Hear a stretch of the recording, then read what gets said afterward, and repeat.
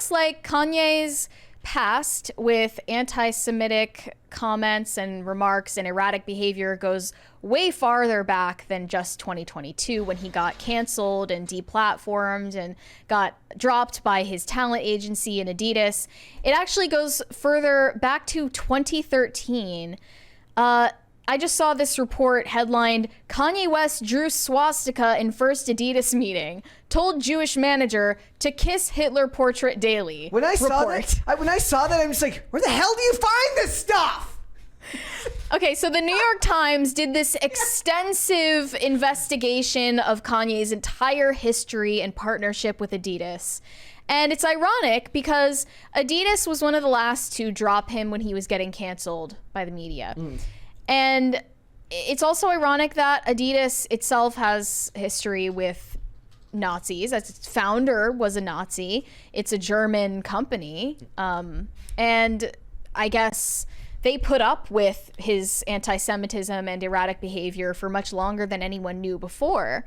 This says that in his very first meetings with Adidas, before their partnership even began, he was showing pornography videos to executives in meetings to spark creativity. Not really sure what that was supposed to accomplish, but that happened multiple times. And then shortly after that, in 2013, he walked into one of their first meetings where they had a bunch of draft sketches of shoes. And he was so disgusted and offended by their ideas. He thought they were so terrible that he picked up one of those sketches, took a Sharpie, and drew a swastika onto the toe of one of these sketched shoes. And he overhauled their entire plan. And it sounds like he made them so much money that they kind of just put up with his crazy behavior for over a decade, or almost a decade. And they only decided to drop him when they were publicly called out for having a relationship with him. And that's what shows ultimately that corporations don't have values. They don't have, like, you can't align with a corporation's values or not align with their values because they don't have values. They have, not in any meaningful sense. They have risk assessments. They don't have values. So it came down to just the volume of the complaints. It wasn't that there hadn't been people pushing back before.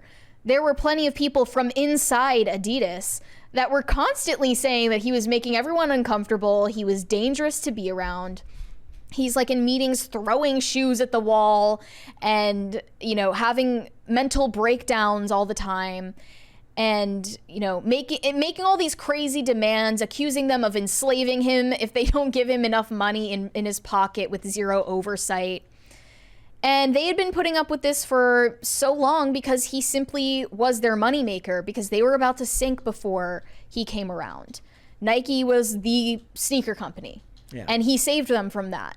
They say he saved their brand and made it high fashion and made it more popular in the US, and more rappers started wearing Yeezys, and it was this big deal.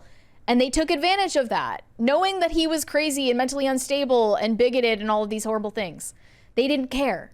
It's just about their bottom line. But it's ironic that because after they dropped him, both lost tons of money. His net worth plummeted. Their stock prices plummeted. Everyone loses.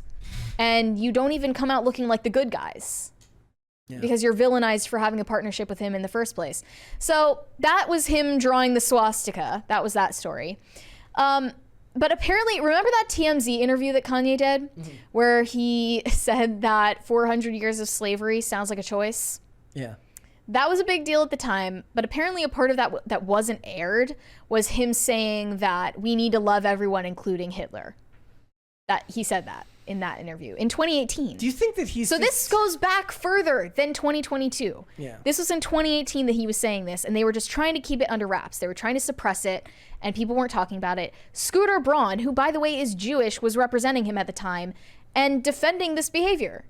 And Harvey Levin was the one interviewing him, also a Jewish man. There's a $50 super hit chat here from Micah Headland. Says crisis pantry. I accidentally requested a crisis pantry in the chat. I'm also arguing with people in the chat about the movie Three Ninjas right now. I love crisis pantry. Yes. We're very close to that crisis party now, though. But yeah, you're anyway, right. That part of the interview was cut and was only released later on in 2022. Yeah. And apparently after that happened, he tried to introduce this idea to a Jewish manager at Adidas.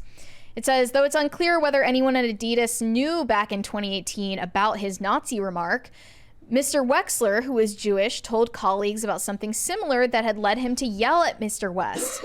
The artist told him to hang a photo of Hitler in his kitchen and kiss it every day to practice unconditional love. He's teaching everyone good moral lessons. It's supposed to be the idea that you should love your worst enemy, I guess. Yes, which I suppose in some stretch of the imagination comports with Kanye's identity as a born-again Christian, right? But he's clearly going through the throes of like manic episodes, and then Harley Pasternak was involved, and we never got the full story on that, on his hospitalization. And actually his morality clause with Adidas provided that if he caused them scandal, which is very broad terms, they could drop him. Yeah. If he caused them any problems in the media whatsoever, or if he were in rehab, any stint of rehab for 30 days or longer, they could drop him.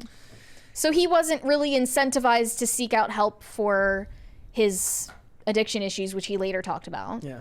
It's interesting because I think that a lot of it comes down to the fact that when you're clearly in chaos, even good advice seems like bad advice. Mm-hmm. Like it's very hard to have this guy try to talk to you about this type of stuff. And his advice was not good. What he's saying, what he's asking these people to do is not good. You shouldn't be putting those pictures in people's faces. But even if he was giving them any type of like good moral advice, the idea is like, why does that matter when you're a celebrity and they're a shoe brand? Well, for him, it's about the power plays, and that's assuming that most of the information in this New York Times report is true, which we don't know. Yeah. Journalists lie and stretch the truth all the time. But it sounds like he thinks himself a bit of a cult leader and wanted to throw his weight around because of the fact that Adidas's success was based on his name. Yeah. Truly, it was. So he wasn't exaggerating there. And he literally said out loud, I can say anti-Semitic comments and Adidas can't do anything about it. Like, he was proud of that and was testing their loyalty over and over by making more and more unrealistic demands of them. Yep. So that makes sense, at least. But I mean, I don't blame Kanye for not seeking real helps for his psychological problems. He says he's been like diagnosed with bipolar disorder and then went off of his medication because he said it stifled his creativity. But then on the other hand, you have someone like Harley Pasternak over his shoulder saying that he's going to send him back to zombie land so he'll never get to see his kids again. So if that's the voice of reason on one side of your shoulder and the other one is all of your enablers, who are you going to listen to? It always seems like this life of this person who is creatively, he's very, very much a genius, but emotionally and psychologically always in chaos.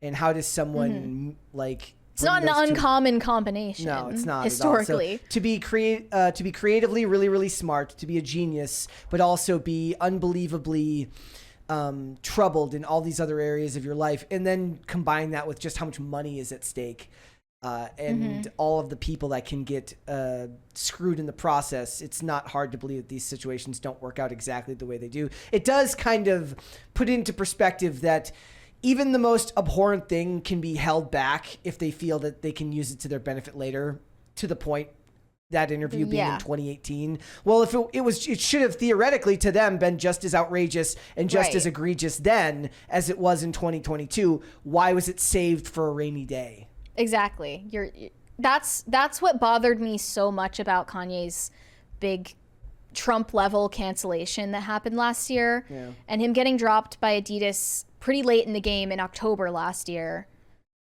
is everyone puts on this front of having the moral high ground. And I'm sorry, a corporation is not a person. They don't have morals. They don't have values. They just assess financial risks and financial benefits, and they decided that Kanye was not a financial benefit to them anymore. That's just all it was. And everyone who canceled Kanye acted like they were so holier than thou and didn't actually have any compassion for him. And he clearly is still not really living a stable lifestyle. He's traveling all the time, has this new wife. Nobody knows what he's doing. He's not seeing his kids much. Nobody really cares about him as an individual in this situation. In the like chat, in this story. In the chat, where did I just see it here? Luffy is God says, you don't kiss Hitler. Let's agree to that at least. Yes. Yeah, obviously, like, that's insane. Like, his behavior was insane. His suggestions were insane and not cool. Not professional, to say the least. I care less about him being insane because he's just one person, but I do hate this idea that these corporations pretend to have morals. It's the hypocrisy of the corporations and the agencies that bothered me about last year. Yeah. I mean, I've hated that since 2020. Because Kanye doesn't have, I mean, he has money, but he doesn't have power or influence like he used to. These corporations had the leverage. I mean, I think he still holds quite a bit of influence in society. I mean, I think that'll be proven as they try to get rid of all of this easy inventory out of their warehouses, because anyone who is a fan of his really doesn't seem to be bothered in the least by... Or you end up somebody like me who's just so numb to everybody doing awful stuff all the time that I can't let it take away the things that I love to listen to or watch. Like, I'm not going to not watch something because somebody said something awful. I'm not going to not listen to something because somebody said something awful. Right. That's just, I will, however, laugh at corporations that, like, virtue signal and essentially, LARP as caring individuals when you're not capable of actually doing that. You're just a corporation whose job it is to make money, which is fine. I would be much happier with corporations that are like, we just want to make money. Right. We want to offer you a product that you want to buy. We hope you buy it. I mean, do you think they would have lost a lot of money had they kept him on as a creative partner? I don't know. Probably, but I don't know how long that would have gone on for. They have, like... Bud Light lost a crap ton of money. They say they have, like, $1 billion worth of Yeezy inventory left in their warehouses that they need to get rid of. Yeah. And there's no shortage of people willing to buy it. And he still has control over the Yeezy branding, so he can make his own stuff independently whenever he wants, which he is doing, and no one seems to have any qualms with buying his products after his cancellation. Thanks for watching. Listen to full episodes of Pop Culture Crisis on Spotify. Keep up with us on social media, and make sure you subscribe and ring that bell so you never miss the show. Bye, guys.